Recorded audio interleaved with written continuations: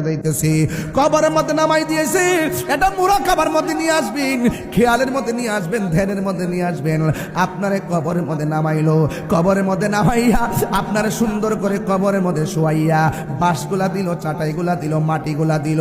ও যুবক ভাইরা, এবার আপনজন সবাই কবর থেকে ওয়াতাওয়াল্লা আসহাবুহু, আপনজনরা কবরের পাশ থেকে আস্তে আস্তে চলে আসতেছে।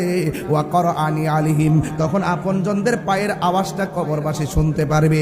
মনে মনে ভাববেন, যারা আমার সঙ্গে গড়ে থাকলো, যারা আমার সঙ্গে ভাটে ঘাটে বাজারে মাঠে ময়দানে খেলাধুলা করলো, তারা আমার জানাজা দিয়া কবরে শুয়ে গেল, একটা মানুষ যদি আসলো না, আমি এই ঘরের মধ্যে কেমনে থাকবো?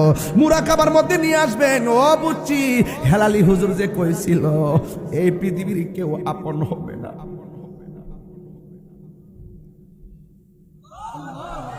হেলালি হুজুর যে কইছিল এই পৃথিবীর কেউ আপন না।